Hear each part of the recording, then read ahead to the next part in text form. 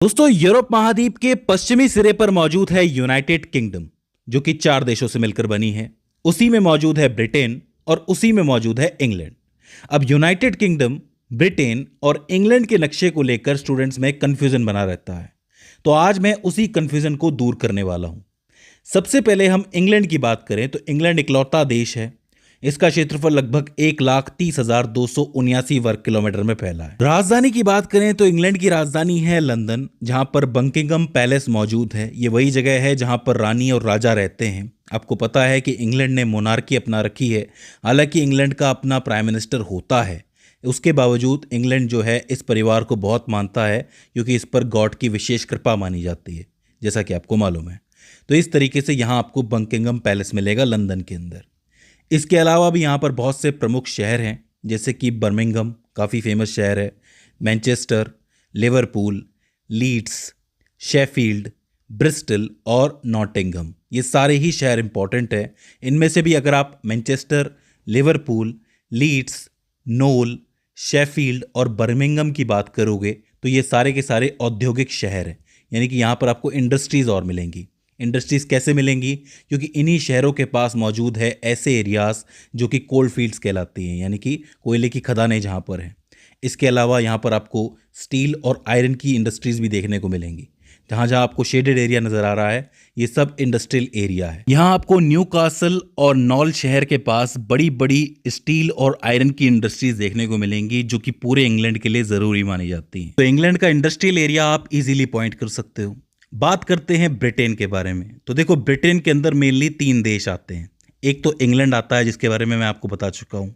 दूसरा आता है वेल्स और तीसरा स्कॉटलैंड।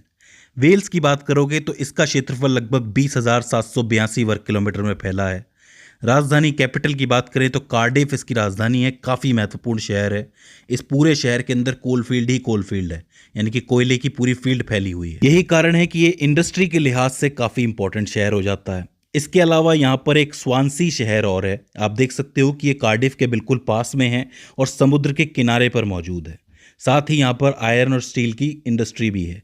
तो इसका मतलब इंडस्ट्रीज़ के हिसाब से बहुत इंपॉर्टेंट हो जाता है ये, क्योंकि समुद्र के पास है तो पोर्ट बना हुआ है, आयरन और स्टील की इंडस्ट्री बनी हुई है, साथ ही कोल फील्ड भी है, मतलब कोयले की फील्ड भी है। इसका मतलब अच्छा खासा व्यापार किया जा सकता है।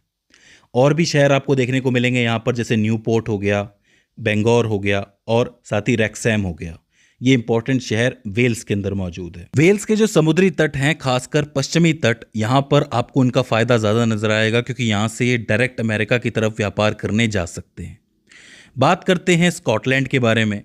तो स्कॉटलैंड का क्षेत्रफल लगभग 77,933 वर्ग किलोमीटर के अंदर फैला है। राजधानी कैपिटल की बात करोगे तो एडिनबर्ग इसकी राजधानी है, और इसकी स्थिति भी आप देख सकते हो बिल्कुल समुद्र के पास है।